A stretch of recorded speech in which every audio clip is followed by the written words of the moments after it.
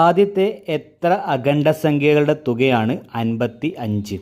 Option 10, 11, 12, 15. Okay, ആദ്യം നമ്മൾ മനസ്സിലാക്കേണ്ടത് എന്താണ് അഖണ്ഡസംഖ്യ.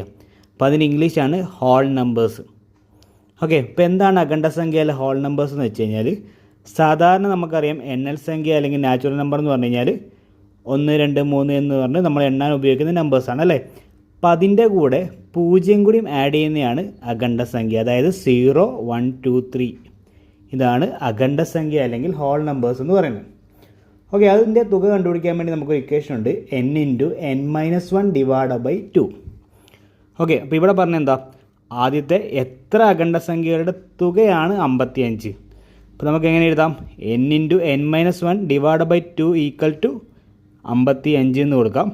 അങ്ങനെയാണെങ്കിൽ n × n-1 എന്ന് പറയുന്നത് 55 × 2 110. ഇനി സാധാരണഗതിയിൽ n കണ്ടുപിടിക്കാൻ വേണ്ടി ഓപ്ഷനുള്ള വാല്യൂ സബ്സ്റ്റിറ്റ്യൂട്ട് ചെയ്യുകയാണ് സാധാരണ ചെയ്യുന്നത്.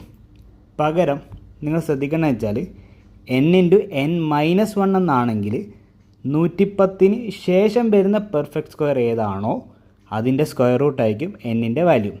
ഇപ്പോൾ ഈ ഒരു കേസിൽ നോക്കുവാണെങ്കിൽ 110ന് ശേഷം വരുന്ന പെർഫെക്റ്റ് സ്ക്വയർ എന്ന് പറയുന്നത് 121. അപ്പോൾ അതിൻ്റെ സ്ക്വയർ റൂട്ട് എത്രയാണ്, 11. അപ്പം നമ്മളെ n-ൻ്റെ വാല്യൂ 11 ആയിരിക്കും.